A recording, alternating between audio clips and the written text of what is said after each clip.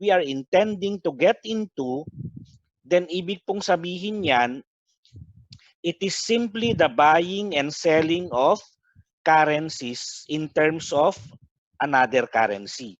So yan po ang forex trading. Ngayon, bago tayo mapunta kung saan-saan tungkol sa ating forex trading, akin pong i-explain sa inyo kung ano po ang importansya or ano po ang pag-aaralan natin ngayong gabi. Ngayong gabi, we are expected to learn the definitions, history of forex, how it came to be ang forex trading.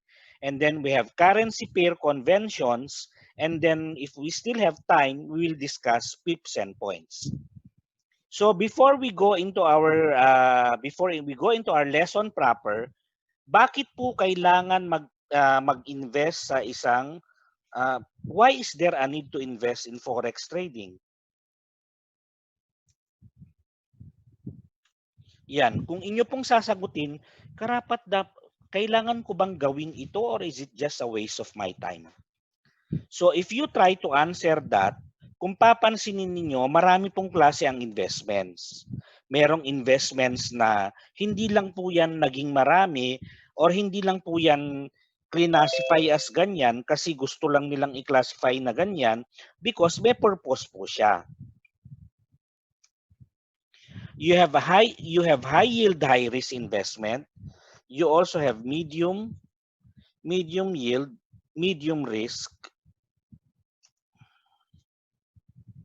investment, and you also have low yield, low risk investment. Yan po ang tatlong investment na pwede po nating pasukan. So ang high yield, high risk, bakit kailangan mong pumasok dyan? Kasi kung papansinin po ninyo, ano bang example ng high yield, high risk? You have stocks, you have forex, and you have commodities market, ano? So yan po yung mga examples ng mga high yield, high risk na investment. Sa medium yield, medium risk investment naman, meron tayong tinatawag na mutual funds or meron ding tawag dyan sa mga bangko, UITF, Universal Investment Trust Fund. Sa bangko, they offer this. Yung mga mutual fund, there are companies that offer mutual fund. Dito sa Pilipinas, you have PhilAm Fund, you have, basta fund ang last ng name niya. Either Manulife man yan or Sun Life, pagka fund yung last na name yan, mutual fund po yan. And then yung low risk, low yield naman, examples of which can be your bonds market. Yan yung mga pagkakautang. Yung bond market ay can be private or government, ano? Corporate or government bonds. So yan po yung examples po niyan.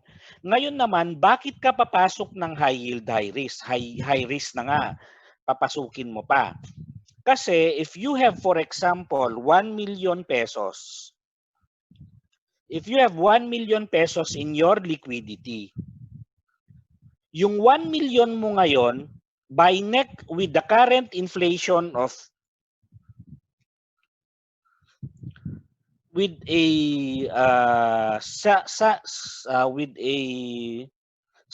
anong tawag dito, sanitized na inflation rate natin ng 3.5% per annum, which is medyo hindi ka panipaniwala. It goes more than that. And then you have, ano ba next year with the 3.5 inflation, ang pera mo, yung 1 million mo, if you multiply 1 million by 3.5, sandali lang, ano lang natin. Let's just try to compute. 35,000. So, whatever you can buy now with your 1 million, by next year, you will be able to buy that at 1,035,000. Ibig sabihin na kulangan na ng 35,000 ang value ng pera mo because of the inflation. Well, if you are going to add it up for 5 years na tinago mo yung pera mo sa bangko, malaki po ang mawawala sa iyo without doing anything sa pera mo, nababawasan ng value ang pera mo. Kumikita ka sa bangko, yes. But the highest they could give you for your 1 million is probably 2% with the rate. Interest rates are going now. Mababa po ang interest rate ngayon, nasa 2% lang. Ano? So maswerte ka na, sabi mong 2%. So in 1 year, bawas ang pera mo ng 1.5%. Yun lang ba ang nagbabawas ng pera mo? Hindi po. Kasi meron pang isang kumakain ng pera mo na ang tawag ay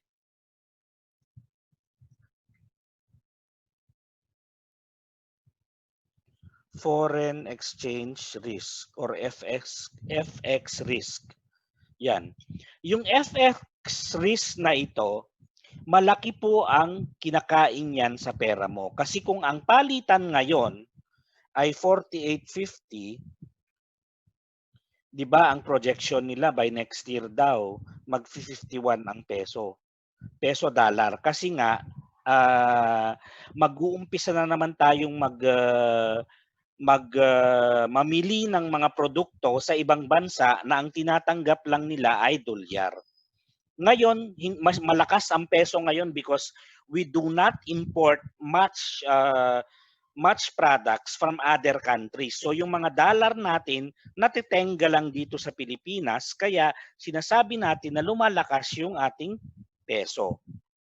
Pero pagka nag-umpisa nang bumalik sa normal, na wala na yung pandemic, aasahan na ang peso ay muling babagsak and it could depreciate up to 51 pesos. So kung ngayon, ang halaga ng 1 million pesos mo sa current in terms of dollars, ang 1 million mo is divided by 48.50.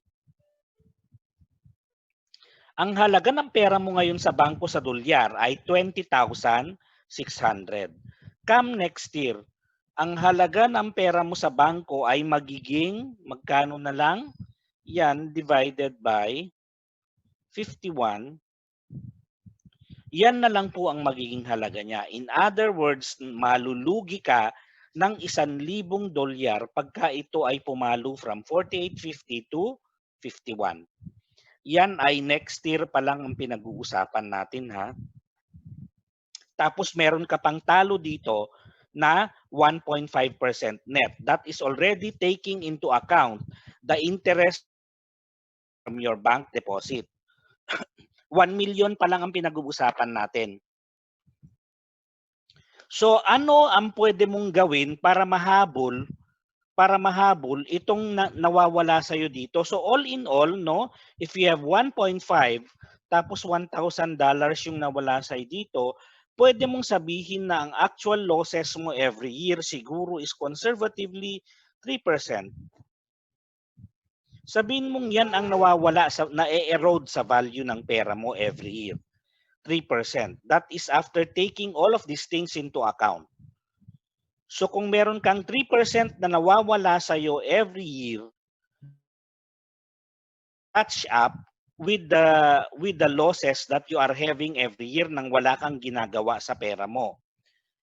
Sa mga bonds naman, if you invest in sabi nga nila, 'di ba, there is a saying, do not put all your eggs in one basket kasi hindi nga naman wise. So if you try to diversify yung 1 million mo pa lang, you can probably allot 70% sa bonds or sa medium low yield low risk mo, and you can allot 20% sa medium yield medium risk, and you can allot 10% sa high yield high risk mo. Kasi kalokohan naman kung sasabihin kong yung buong pera mo ilagay mo dito sa Forex. Yung 1 million mo ilagay mo dito, madodoble yan bukas. Kung ganyan ang sinasabi ko sa inyo, I'm already a sham. Please do not consider listening to me for the next few minutes dahil baka makumbinsi kita na ilagay yung pera mong 1 million lahat sa Forex. The way to properly do it is like this. You diversify by allotting the biggest percentage to the low yield, low risk na fund mo. Yan ay pwede kang mag-invest sa government bonds or sa tinatawag na republic bonds dito sa Pilipinas ha. And then yung 20% mo, you can put it to a mutual fund na ikaw naman na magdidictate kung saan ilalagay, kung stocks o ano yan, stocks or other financial securities, ano po. And then, yung high yield, high risk, it's your choice to put either in stock market or in forex market or in commodities market. Ngayon naman, ang problema kasi dyan, sa stock market, when the market goes down or when there is problem in the economy, tulad nitong pandemic, if you are holding a stock and you see a continuous decline of the value of that stock, no one is going to buy that if you try to sell it in a falling stock market. Yun po ang problema sa stock market. Wala kang masyadong liquidity pagka pabagsak ang stock market mo. Hindi po yan tulad ng forex, kahit pababa ang currency mo, meron at meron, makaka-liquidate ka at makaka-liquidate ka. In other words, you are able to get out of the market anytime you want. Yun po ang number one consideration dyan. So ngayon, so that is how primarily no na ginagawa you handle your money. So ang tawag po diyan is wealth management. So going on to our bakit nga ba why is there why would you choose forex trading? Kasi sa forex trading, sabi nga nila ano ba ang advantages ng forex trading? One, you have highly liquid market. Highly liquid po siya, yung ka-explain ko kanina, yun po yun. Anytime you want to liquidate your position, you can always do so. Kahit pabagsak ang market. So highly liquid market. Number two is you have 24 by 5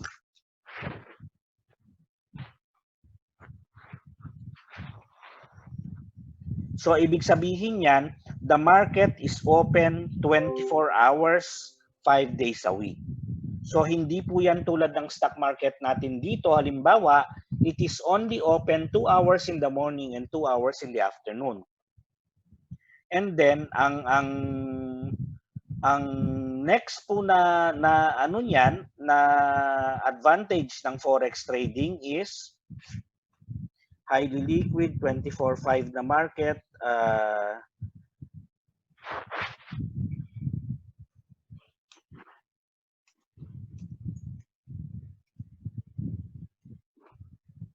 Yan, there is no down market. Kasi up man yan o down man yan, there is always an opportunity to make money even if the market is going down. You will learn that later on kung bakit ganito. Bakit kahit pabagsak ang market, pwede kang magkapera?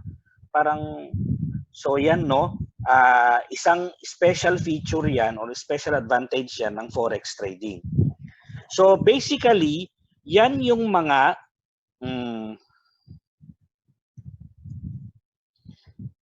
portable ang ating business. Ang portable ang forex trading. Ibig sabihin, you only need a laptop or you only need hindi naman siguro desktop na pwede mong dalhin kahit saan ng desktop.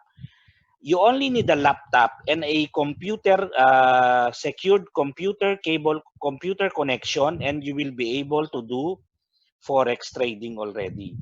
So basically, these are the salient points on why forex should be taken into consideration as your investment in a high yield, high risk business. So ngayon po, in our attempt to understand this kind of business, we will now go to our definitions or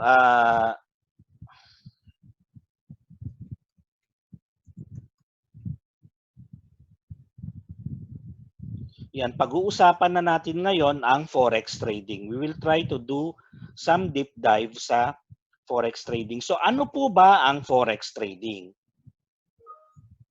Yan, wait lang natin kasi medyo mabagal, no?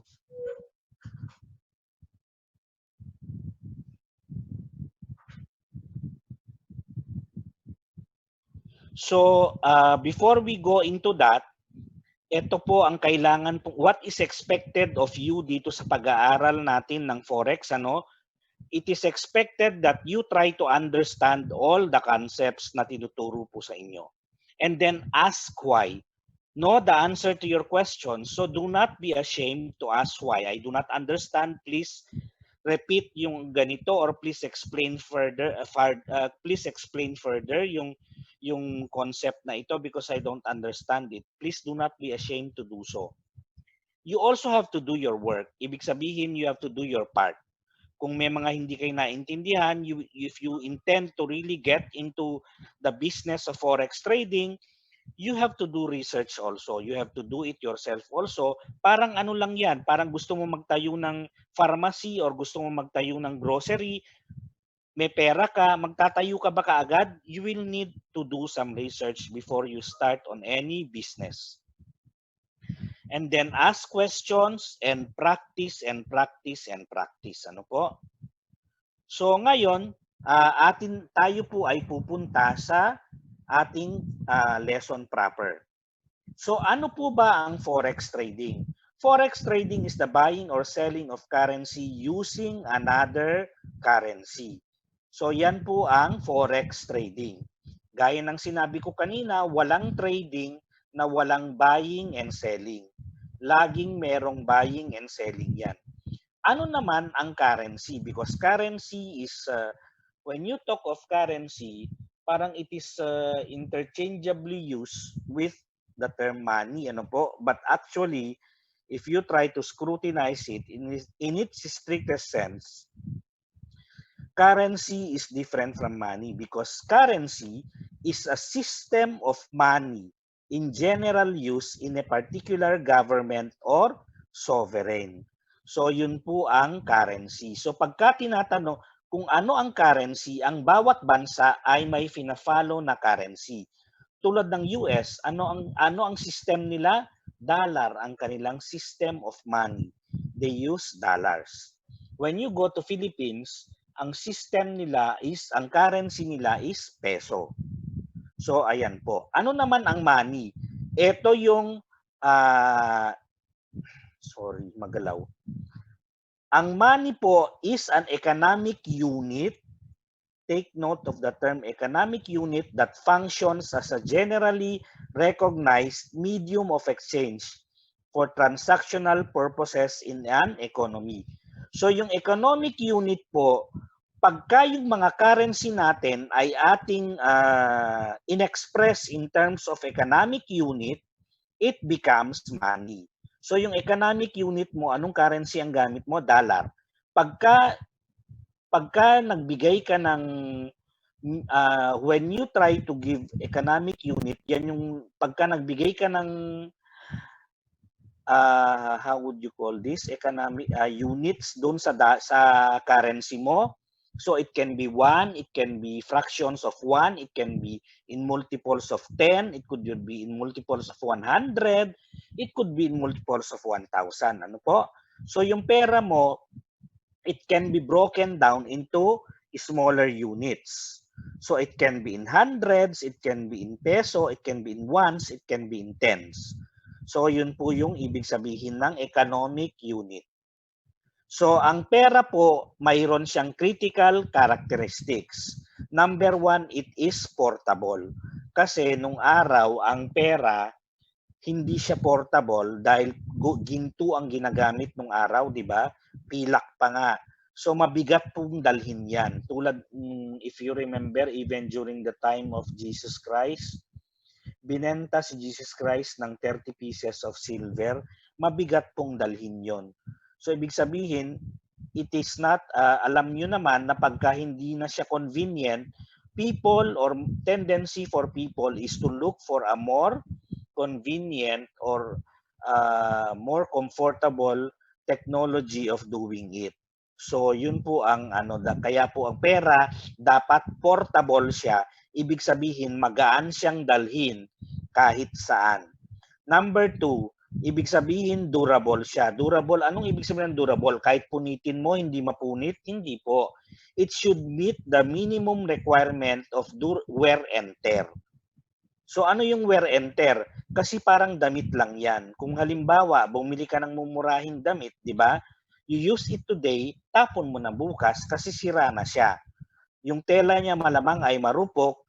So pag nilagay mo sa washing machine yan, wala na. Tapos meron pang yung washing machine mo, how do you call that? Yung nasa gitna, may impeller ba yung tawag nila doon? I don't know kung anong tawag na doon. Basta it destroys the clothes. So yung durability, it should withstand the minimum wear and tear of use ng pera. Halimbawa, paano po ba yung minimum wear and tear? If you go to the palengke and you try to notice the mga tindera sa palengke, pagka basa ang kamay nila, di ba? Imagine kung coupon band ang iyong pera. Pag hinawakan ng basang kamay yan, mamaya-maya lang, wala na nagkapilas-pilas na yan, wala nang halaga. So, dapat na withstand yon para maging pera siya. In other words, yung quality dapat ng papel mo is durable. And then divisible dapat ang pera mo. Ibig sabihin, kung 1,000 yung smallest denomination ng pera mo, hindi po pwede yon because not everything you buy will be worth 1,000. Ibig sabihin, there will be expenses that you will incur that will only require 1 peso from your part. So kaya ang payment nun, kaya dapat readily available siya dahil ang pera mo ay divisible into smaller scales or smaller denominations. So yun po ang ibig sabihin ng divisible. Uniform dapat ang pera mo. Ano ibig sabihin ng uniform? Yung 1,000 mo dito, dapat pareho ng 1,000 sa Visayas at Mindanao. Kasi kung magkakaiba-iba tayo ng 1,000, magkakalituhan lang tayo. Ang pera pa naman, maraming tao ang pumapatay ng dahil sa pera. Di ba? So dapat madali nating ma-recognize yan. Kaya ginagawang uniform siya for easy identification, for ease of identification ng pera. And then another characteristic is limited supply. Kasi ang pera, pagka masyadong marami, nawawalan ng halaga. Ano pong ibig sabihin yan? Simple supply and demand yan. Pagka masyadong marami, hindi binibigyan ng halaga. Tulad din ng pag-ibig yan, pagka binuhos mo ng husto, tendency, hindi bibigyan ng halaga kasi malaya mong binibigay. But if you hold back some of it, then it will be appreciated. So ganun din po ang pera, no? Ganun din ang characteristic ng pera. It should be limited. Tapos yung acceptability, meaning to say, it should be accepted in all areas of the economy. Kasi ang pera ay it is a medium of exchange. Yan. Kaya dapat acceptable siya sa lahat ng gumagamit nito o sa lahat ng tao na nasa loob ng ekonomiya na yon. So halimbawa, you go to Mindanao and you buy durian, yung 1,000 mo, pagka hindi acceptable ang 1,000 doon dahil ang ina-accept lang pala nila sa Mindanao ay pera na merong sun and star na emblem. So kung hindi ganun ang pera mo, they will not accept that. Yun ang naging problema doon. Kaya po dapat ang pera is meron siyang universal acceptability sa lahat ng territories na ginagamit yung pera na yon. So I hope clear po tayo no sa because I am just trying to widen yung perspective po natin before we get into the proper lesson ng forex trading. At least ngayon we have a wider perspective of what money is. So parang introduction po ito sa mga magaganap na ating pag-aaral. So ngayon, atin naman pong pag-aaralan ng history ng pera, just a gloss over of how it came into being, kasi ang ginagamit po natin ngayon ay na sistema ng pera ay tinatawag na fiat currency. Ano po ba ang fiat currency? Sa ngayon, wala pa tayong idea kasi hindi pa na-explain sa inyo. Tapos sa trading naman, ang ating forex ngayon ay free floating system. You will be able to appreciate how it came into this too as we discuss yung ating history ng forex. Ano po? So, nung unang panahon, ang gamit ay barter. On to our 700 BC, naging gamit dyan ang gold. So, nung naging gamit ang gold dyan, hanggang nung panahon ni Jesucristo, until early 600 AD, from 700 BC to early 600 AD, ang ginagamit po ay ginto or mga precious metals as pera. So can you imagine that kung hindi pa, you will have to look for a very sturdy na lalagyan ng pera mo kasi mabigat ang ginto.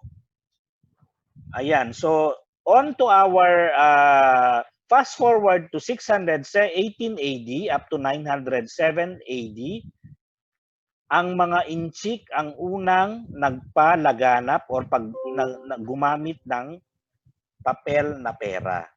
So yung mga paper bills, they were the first one to use. Kaya wag na kayong magtaka kung ang mga inchik ay magagaling sa pera kasi noon pa man nasa dugo na nila ang ng pera. No? Noon pa man magaling na sila sa pera.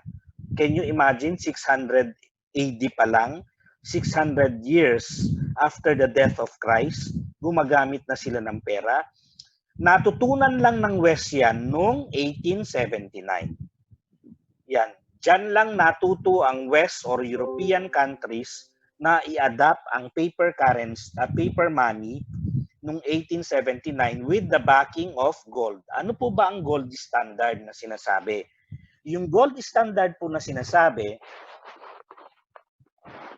kasi po, excuse me, nung panahon na yan, nung ang hawak ng mga tao ay ginto, 'di ba? Hindi na advisable na mag-travel ka tapos may dala kang ginto, parang mabigat, 'di ba? So nakaisip ang mga tao na maglagak or magtago nakaisip sila na mag-ilagay sa isang lugar ang kanilang mga ginto for safekeeping. So kasi pwedeng pasukin ang bahay mo, pwede kang i-raid ng mga cowboy na yan or what have you, no? So kaya in order for people to safekeep yung mga gold nila, they thought of banks. Pero hindi pa bank ang naunang tawag niyan. I don't know kung anong naunang tawag niyan. Pero itong nagkaroon ng concept ang mga tao na ipatago yung pera nila sa isang institusyon. At syempre, yung katibayan na may pinatago silang ginto doon, binibigyan sila ng certificate. So yung certificate na yon, ang tawag po doon ay IOU. Yung mga certificate na yon, ang tawag po doon, na pagka ikaw ay napapatago sa bangko ng pera mo, IOU ang tawag dyan. So binibigyan po yan yung mga taong nagpapatago ng ginto sa bangko ng IOU. Kung magkano man yung pinatago nilang ginto sa bangko, yun yung binibigay na IOU po sa kanila.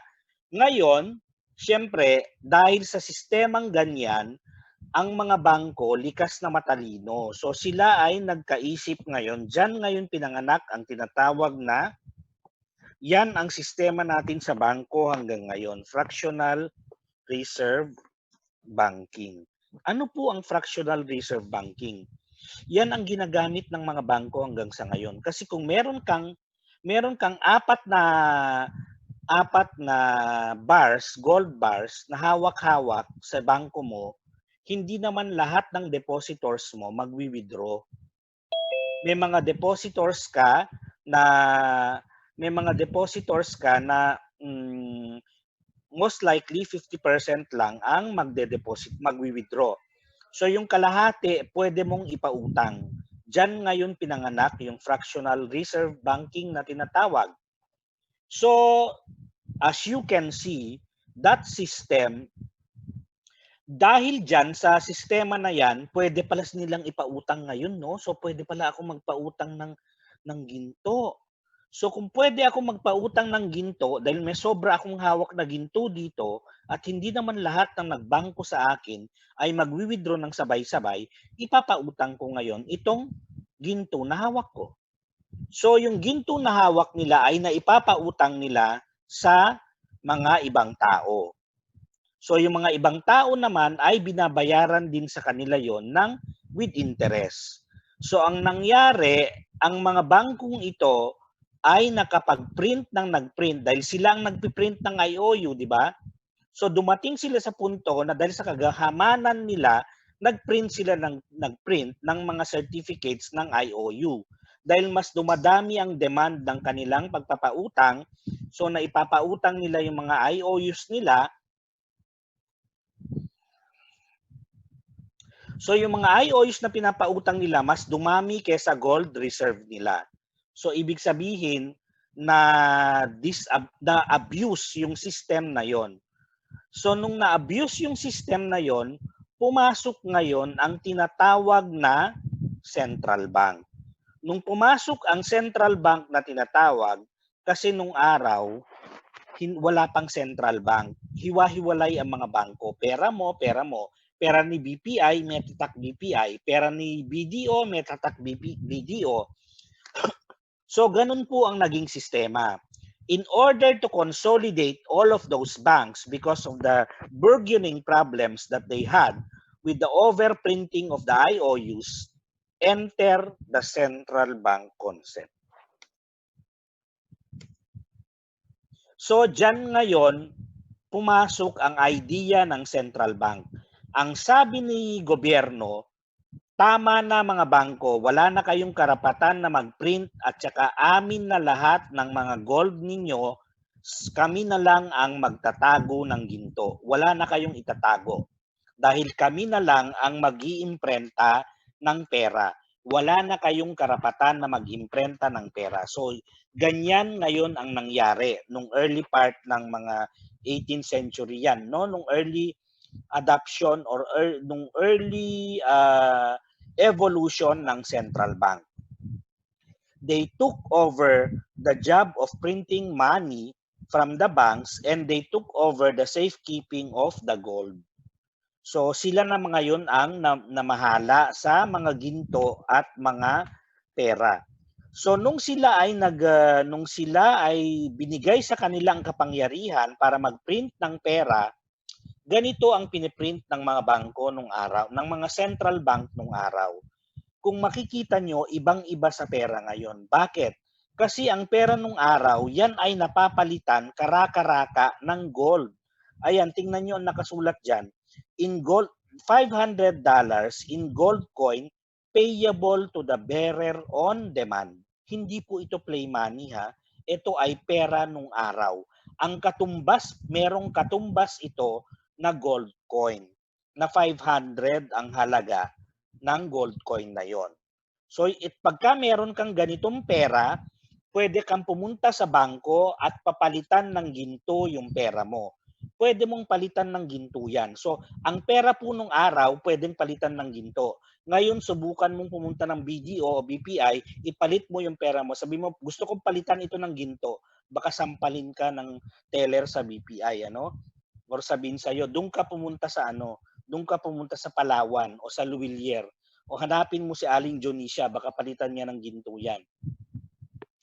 So yun po ang nangyari. So nasaan na ba tayo? So yung mga pera napapalitan ng ginto. Yan yung gold standard ngayon na ano. So yung mga central bank hanggang nung dumating ang Bretton Woods Accord, that was after the World War II, Yan ang sistema na ginagamit, gold standard. Siyempre, nung after World War II, ang US, sila ang they spearheaded the reconstruction of damages brought about by the Second World War. So itong Bretton Woods Accord na ito, yan ay lugar sa New Hampshire. Yan po yung tinatawag na they met all of the leaders ng mga iba-ibang bansa, nag-meeting dyan at napagkasunduan nila. Ano-ano ba ang mga napagkasunduan? Since it is an accord, ibig sabihin may napagkasunduan. Ano po ang naging kasunduan dyan sa Bretton Woods Accord na yan? Atin pong alalahanin na pagkatapos ng World War II, Amerika lang ang hindi nasira o nabombahan ng ano paman. Mainland US, ang Hawaii nabombahan ng Japan, ano? Pero ang mainland US, wala pong sira, hindi po inabot ng World War II. Bagkus sila ang tumulong sa iba't ibang bansa para sugpuin ang mga kalaban nila or yung mga Axis powers na tinatawag. Kasi a little bit of, if you try to recall in your history, ang tawag sa grupo ng West noon or yung mga alyansa ng mga US, kaalyansa ng mga US are called Allied Powers. So yung mga yan, together with Germany, nag-meeting yan and they agreed that the USD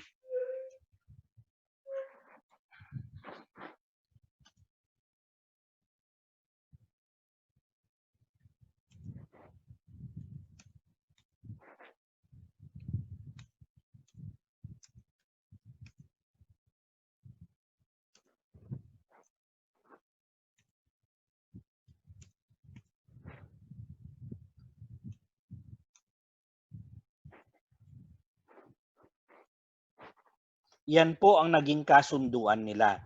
All currencies will be pegged to the USD and only USD will be pegged to gold. So ibig sabihin, yung dating pera mo na meron siyang karakarakang halaga sa gold, wala na ngayon. Halimbawa, ang pera mo British pound. Kung lahat ng pera ay ipepeg sa gold, ibig sabihin, bago mo malalaman ang value niyan in gold, you will have to you will have to convert it first to US dollars before you will know its value in gold.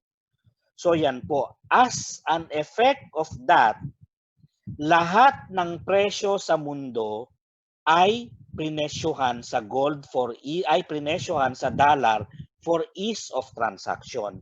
Kaya po ngayon, pagka kayo ay tumingin sa world market, ang presyo ng langis ay nasa ginto. Ang presyo ng soya ay nasa dollar, USD. Ang presyo ng a barrel of oil is priced in dollars, a orange juice is priced in dollars. Lahat ng kalakal sa buong mundo are priced in US dollars. Tama po ba? Kasi dahil sa agreement na ito, ipinanganak yang ganyang sistema. And because of this agreement, USD came to be known as safe haven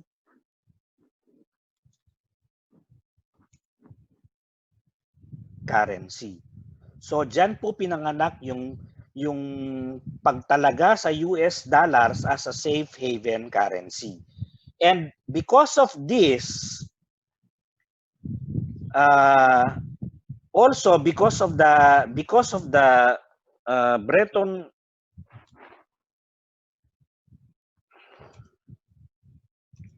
Woods Accord, pinanganak po dyan ang isa pang pinanganak dyan ay ang IMF and World Bank.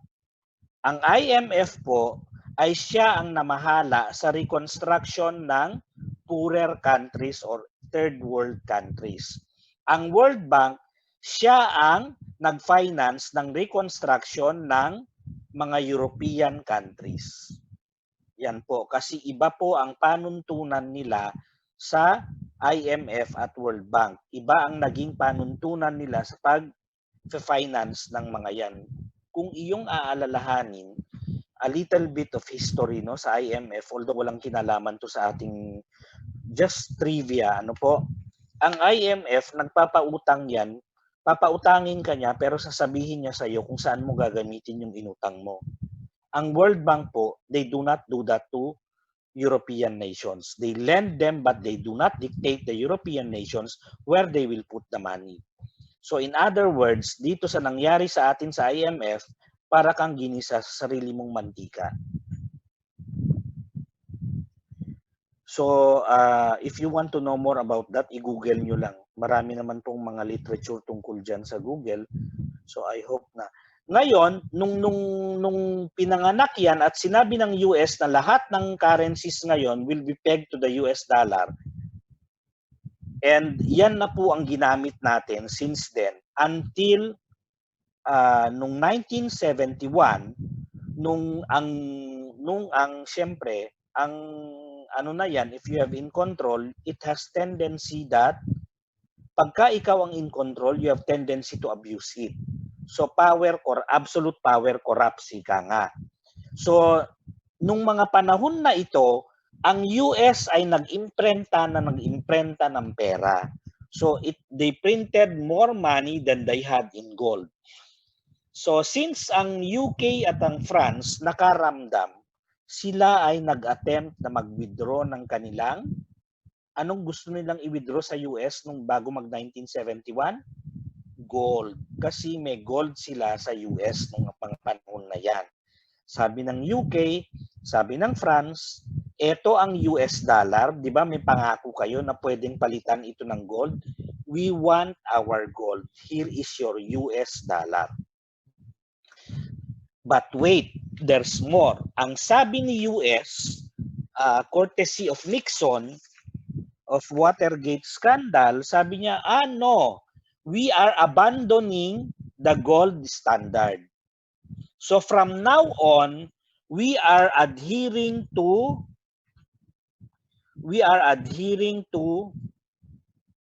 fiat currency. Ano ang fiat currency? Hindi nakaback ng gold yan. The word fiat means decree. So, ibig sabihin, ang gusto ng US noong 1971, nung mag-withdraw na ng gold ang UK at ang France, sabi nila, you can now print your own money.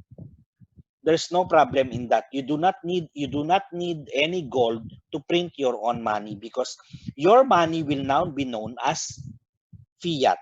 So ibig sabihin, if the government decrees that this is going to be the money that they will use, yan po ang perang i-acknowledge or i-authorize ng gobyerno, at yan po ay gagamitin ng mga tao dun sa loob ng territory na yon. So yan po, mula po dyan, nagpinanganak ang fiat at pinanganak ang free-floating system. Anong ibig sabihin ng free-floating system? Currencies will now be pegged to each other as opposed to currencies will be pegged to the US dollar. So currencies will now be pegged to each other based on law of supply and demand. So yan ang inano ng US, minungkahi ng US. Kaya po napunta dito ang ating pera ngayon. Kaya ngayon, pwede kang mag-imprenta ng pera. Di ba ang US, maalala nyo nung kasagsagan nung 2008, there was a global financial crisis. Tama po?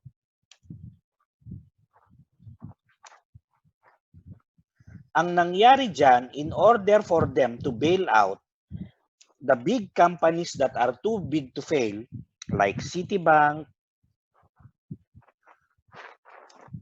Ford, ano pa ba yung mga malalaking kumpanya sa US? Yan, mga example yan ng mga malalaking company, ano? Ang ginawa ng US, nagprint ng pera to bail out this. Nagprint sila, ang tawag nila ay quantitative easing. So kung naririnig po nyo yan ngayon, isa lang po ang ibig sabihin yan. When you hear the term quantitative easing, ang ibig lang sabihin niya, nag-imprenta na naman sila ng pera. but they have divided to inject this into the economy without creating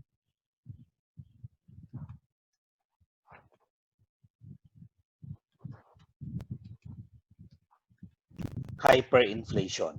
So they did this by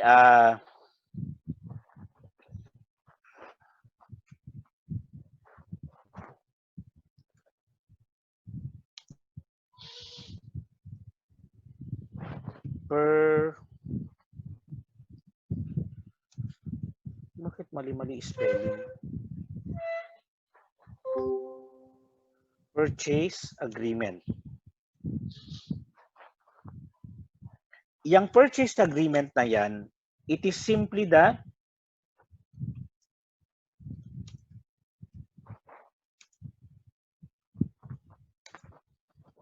yan po sa in the language that we can understand, your purchase agreement is buying back of government bonds. So that is the way they inject money into the economy without creating hyperinflation.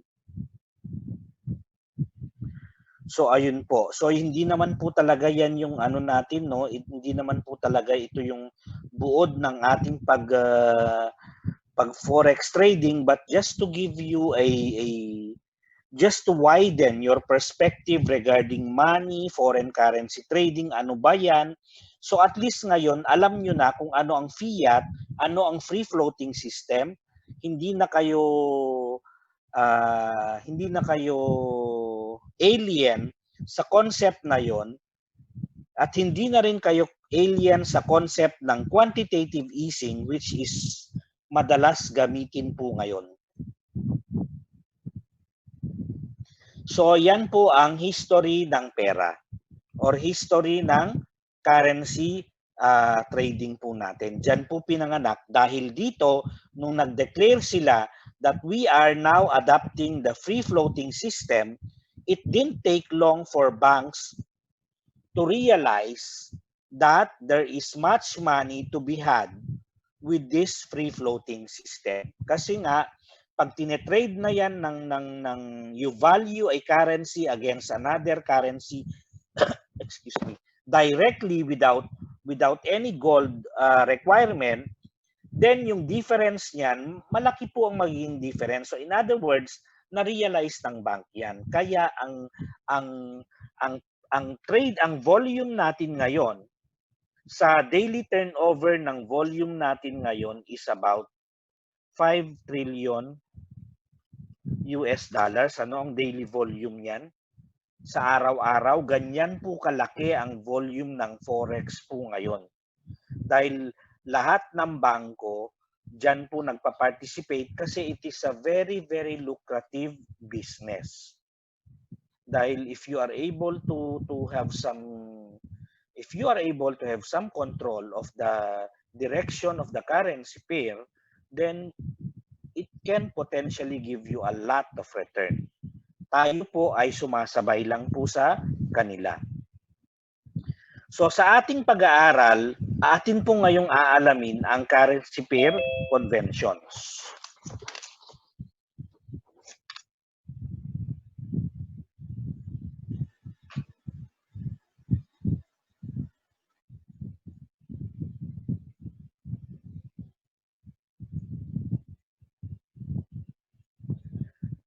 So yung sa ating currency pair conventions, ating pag-aaralan ang mga pera ng iba't ibang bansa. So ano ba ang pera ng US? Ang pera ng US ay, ang symbol ng pera ng US ay USD. Yan ay galing sa unang letra ng mga salitang United States, kaya US. Ang D ay galing sa salitang dollar, kaya USD yan. Ang another name po niya ay baht or greenback.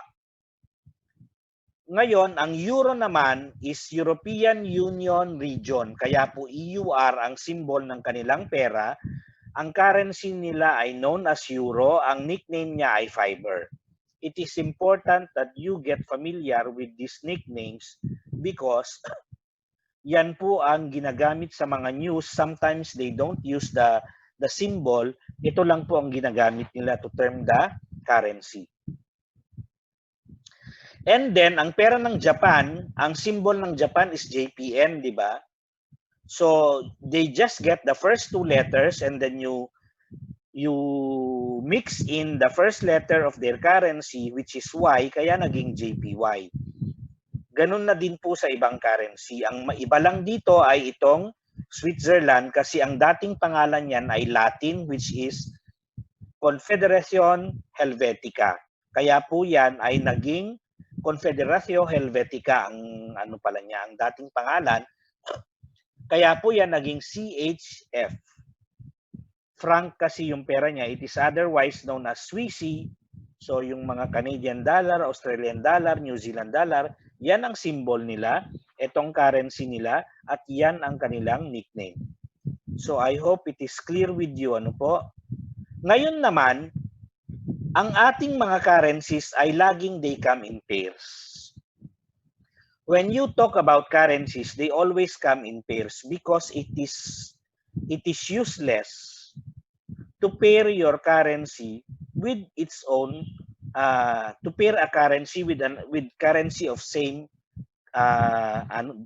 halimbawa, you pair a currency US dollar with a US dollar.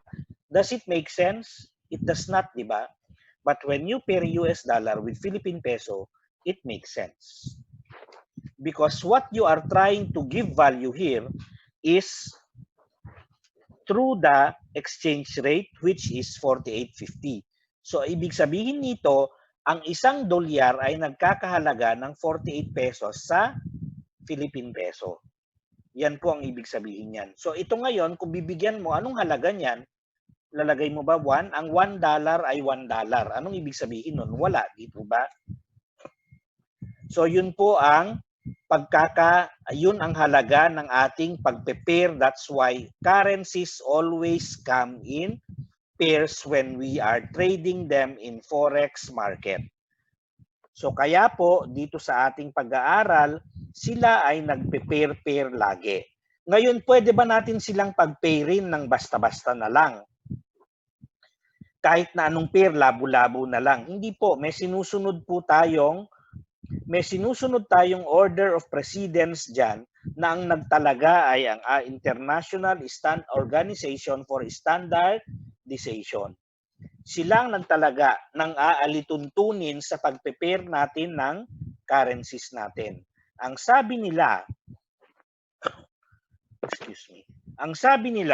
we will give an order of precedence to all currencies and we will rely on this order of precedence in their pairing. So ang euro, ang pinakamahalaga sa kanilang order of precedence, next ang GBP, and then followed by your AUD, and then NZD, and then USD, and then Canadian dollar, and then CHF, and then JPY. Yan ang kanilang order of priority. Anong ibig sabihin ng kanilang order of priority? The first currency in this list stays on the left. The currency with the higher order of priority stays on the left. And the currency with the lesser order of priority stays on the right. So, ibig sabihin, if you pair euro with GBP, ganyan dapat ang itsura niya. Hindi pwede na GBP euro. Hindi po yan katanggap-tanggap sa ISO. When you pair GBP with another currency, let's say AUD, the AUD stays on the right because AUD is lesser in importance if you base it from this list. Ano po? So ang USD, kung titingnan mo at i-pair mo yan sa AUD halimbawa, ganyan po dapat ang pagkakalahad niyan. Kasi nauna ang AUD sa USD. Pero pag pinair mo naman ang USD sa JPY, ganyan po ang itsura niya. Kasi mas nauna ang USD sa JPY. In other words, kung ano yung nauna sa listahan, siya ang nag-i-stay sa left. kung ano yung huli sa listahan, siyang nag-i-stay sa right. Yan po ang alituntunin na isinaad ng ISO at dahil sa alituntunin na yan, ipinanganak ngayon ang mga categories ng mga currencies that were categorized either as major, cross currency pair. Ito yung mga currency na tinetrade natin, or major currency pair, or simply major pair, or exotic pair. Ano po ang major currency? Ang major currency pair or major pair ay lahat ng mga currencies na to, pag pinair mo sa US dollar, any pairing with the US dollar becomes your major currency pair. So halimbawa, Euro with US dollar, GBP with US dollar, ano po?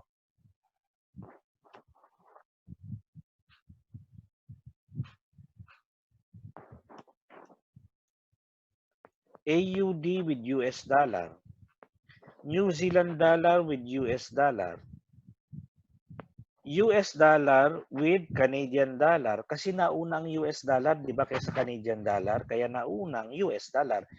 US dollar with Swiss francs, US dollar with Japanese yen. So yan po ang mga major currencies po natin. So ngayon, sa cross-currency pair naman, any of this pairing, as long as you follow yung rule natin ng pairing, tanggalin mo lang ang US dollar, hindi US dollar ang pairing, ang tawag dyan cross-currency pair. Let's say Euro with GBP. Yan, cross-currency pair yan. GBP with AUD. GBP with New Zealand dollar. GBP with CHF. GBP with Canadian dollar.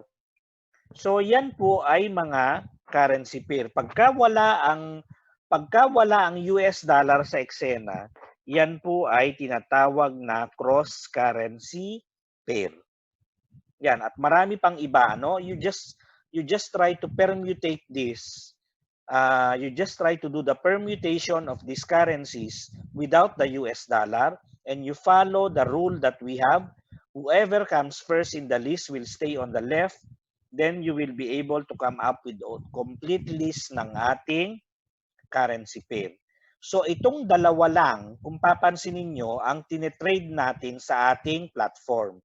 We do not trade any of the currencies that are under the exotic pairs.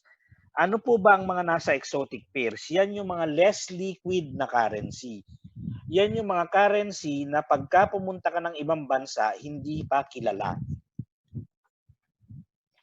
Kasi hindi sila masyadong gamit. Halimbawa, Philippine Peso, USD, Malaysian Ringgit, USD, New Taiwan Dollar, or USD, Singapore Dollar. Yan. Yan yung mga currencies na hindi masyadong liquid kasi hindi sila masyadong gamit. That's why they are known as exotic pairs. We do not trade these currencies. We only trade these major and cross currencies. So clear po tayo dyan? I hope clear po tayo dyan. Ano? So ito po yung ano niya, ito yung pagkakalahad ng mga currencies natin. So if we are going to check yung ating course outline, are we on track? Yes, we are on track. So we are done with points and we are done with currency conventions. Excuse me. Now we will go to points and pips. Ano po ba ang points and pips? Kung napapansin po ninyo, if you notice, no, yung ano natin dito, ganyan po kadali ang kumita ng ano. If nag-trade ako kaninang anong oras? Anong oras ito? Ito ay 11:53. Hindi, mga ano lang to eh, mga kaninang 6 o'clock. So 6 o'clock, if you have traded ito, 0.1 lang ang size. Ayan yun na. Pinakita ko lang. So ito yung ano, ito yung mga currencies natin. They are quoted in, if you try to count the number of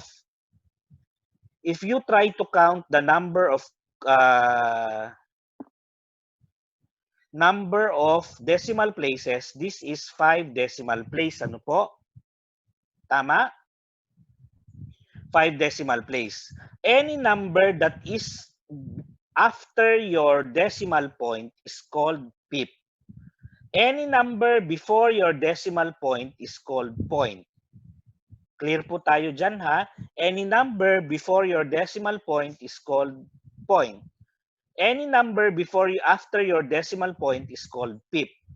Kasi yung pip mo stands for percentage in point. Because any number here before the decimal point is point, di ba? So these numbers here, however they are represented, they will always be a fraction of the number before the decimal point.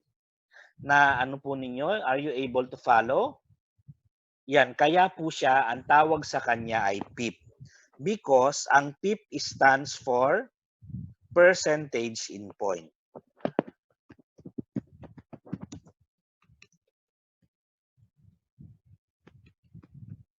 Yan po.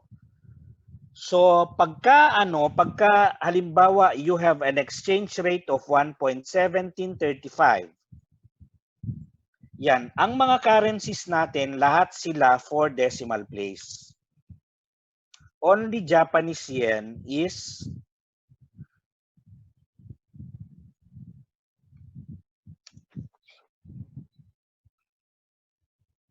JPY lang po ang 2 decimal place.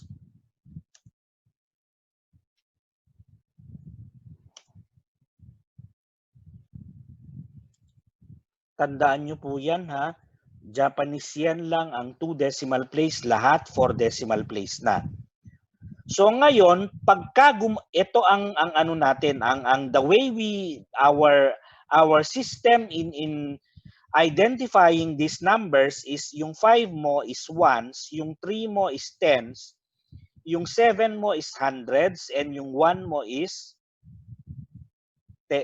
1,000. So ones yung 5, yung 3 mo is tens. In other words, pagka sinabi mong 30 pips,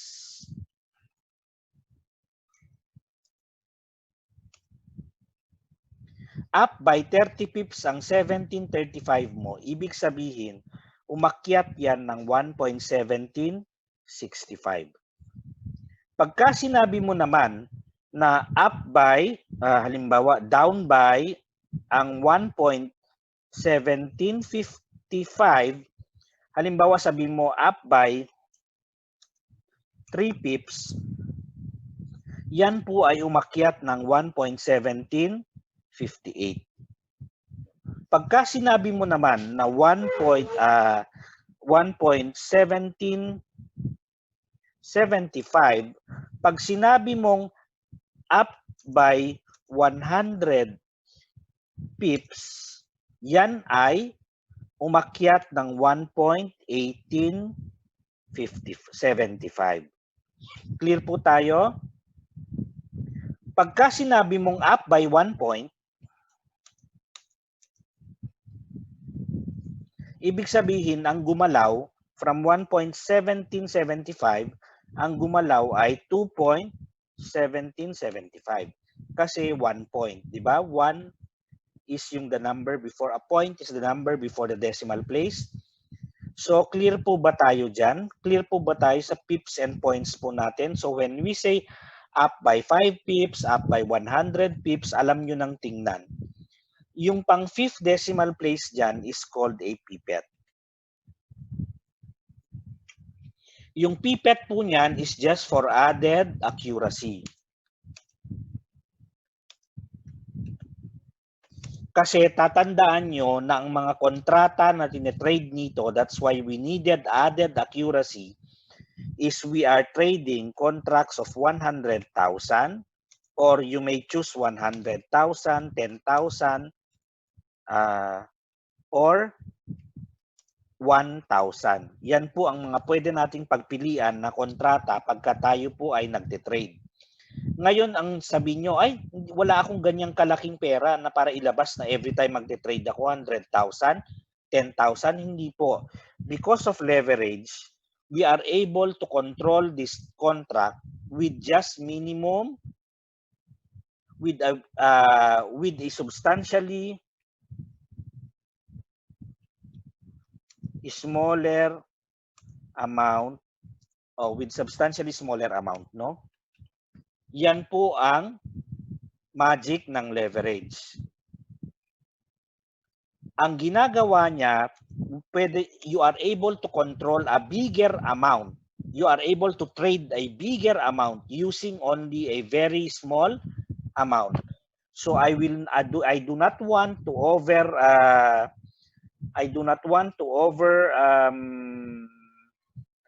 anong tawag dito? I do not want to overfeed you with the basic instructions on our forex trading, because ayoko naman pong na kasi pagka sobra na, you become resistant to it, kahit anong gawin mo, hindi ka na nakikinig.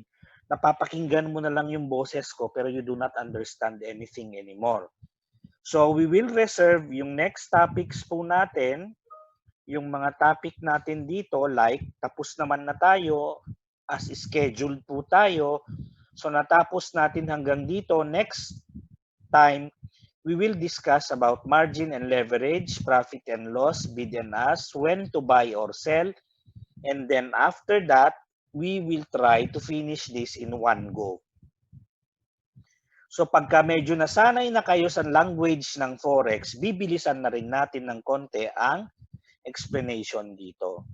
So ayan, I would like to congratulate you for taking the first step, no, towards your financial independence, ika nga, kasi itong lesson na binigay ko ngayon sa inyo, hindi sa pagluloko, or hindi sa, it's not that trying to self-serve yung company po na nire-represent po namin. Some companies would charge you 30,000 for this one. At halata namang ang bata-bata pa nung speaker na wala namang, it's not because you're young, wala ka maituturo. Hindi ganoon ang ibig kong sabihin. But when it comes to his experience in forex trading, you can right away say sa pananalita pa lang niya na wala pa siyang masyadong alam and he is charging 30,000 for beginner's instruction ng forex. Anong i-discuss niya tungkol sa forex sa inyo? Ito lang, and not even he may not even discuss this kasi I'm sure hindi masyadong familiar sa kanya itong mga to. So ang i-discuss lang niya sa inyo, probably not so much on the history, pero yung mga pips and points, yung what is leverage, and he will not, I doubt it kung nadi-discuss pa ng maayos yan. Mas mainam pa siguro sa YouTube. So may mga nagcha-charge ng ganyan. So sa atin po libre yan, and we are not, wala pong walang hidden na charges na at the end of the day bigla na lang kayong sisingilin o may magpapas the hat sa inyo. Wala pong ganyan dito. So dito, we try to teach you. If you want to trade, we teach you how to trade. If your intention is to trade Forex, we will teach you how to trade Forex. Wala po tayong dito. Hindi ako magkukwento sa inyo ng talambuhay ko para sayangin ang oras nyo. No, hindi ako magkukwento ng sino ang mga successful people in trading. I will not even try to show you yung mga iba na sinisilaw kayo sa mga perang kinikita nila na libo-libo ang kinikita nila sa isang trade. That's so easy to produce. I can also do that but I won't, because hindi po yan makatotohanan. Ang makatotohanan you will learn later on is when I will be discussing with you yung technical analysis, so yung mga pwedeng igalaw ng currencies. Excuse. So kung wala na po kayong